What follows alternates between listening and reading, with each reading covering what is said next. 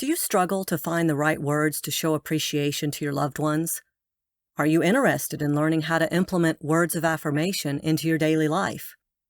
Or maybe you're curious how to avoid the common pitfall mistakes that most people make in their verbal communication with their loved ones. If any of these sound familiar, then today's video is just for you. I'm going to teach you all about the love language of words of affirmation and give you examples of exactly what you can say and how to express it in order to connect more deeply with your loved ones. I will end with some big mistakes that most people make so that you can avoid them in your relationships. Hi, I'm Jennifer Jumis, a licensed clinical psychologist for almost 25 years. You may have heard of the 5 love languages, first discussed by Dr. Gary Chapman in his book, The 5 Love Languages. I'll put a link down in the description to his book and his official resources. Today we're going to be talking about words of affirmation.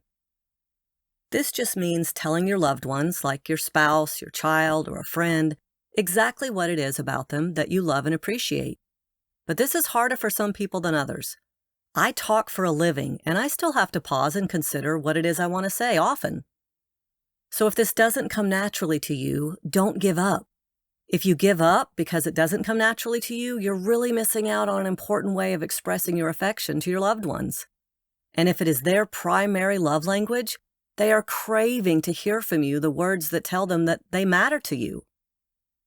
But don't despair. This doesn't have to be a huge task. In fact, more daily or frequent comments to your loved ones about what you like about them can go a whole lot further than an infrequent, once-a-year comment on their birthday or anniversary. Often, daily comments are much more impactful than infrequent ones. Okay, so how do you do it if this doesn't come naturally to you? You might start by brainstorming some of the things you know you like about your loved ones. You'll want to include both broad characteristics about them as a whole, such as they're kind or they work hard, they're responsible with money, they manage their time well so that you never have to worry about running late, or they're first to apologize after a fight in order to make peace. But you can also include some of the more minor things, like they made a personal best on their recent workout, they got a new haircut or new outfit, you appreciate that they made a meal for you, they encouraged you when you were discouraged. Maybe they went to a movie that really you were more interested in than they were. Once you get started making a list like this, you may be surprised how expansive it can become. Now let's talk about the how of expressing it. No matter how you express it, make sure that it's sincere and that it doesn't make the other person feel like they had to beg for you to comment. But remember, just because it's verbal doesn't mean it has to be said face to face.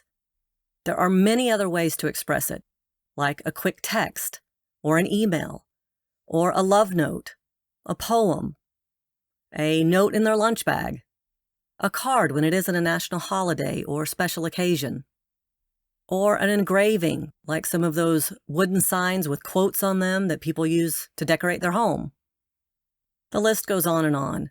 There are innumerable ways that we can tell the people in our lives that we love and appreciate them. It doesn't have to be a huge grand gesture or a long, eloquent speech.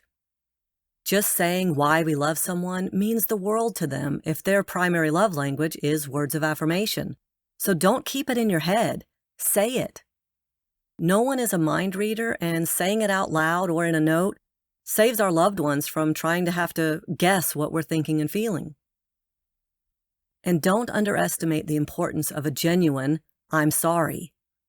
You may think that your feelings and intentions are clear, but actually genuinely saying the words, "I am sorry," can go a long way in healing a hurt in a relationship.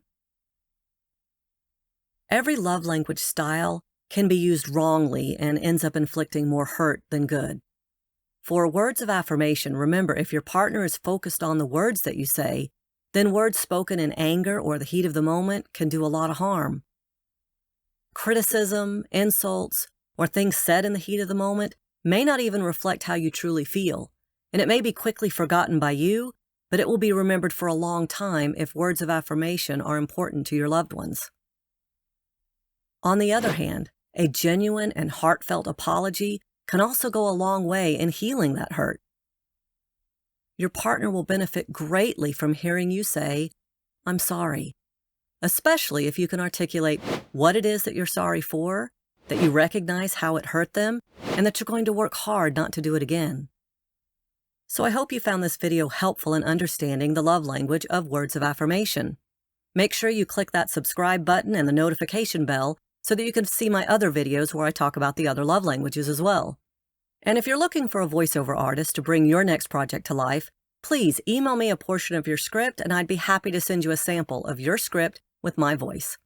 Until then, be well.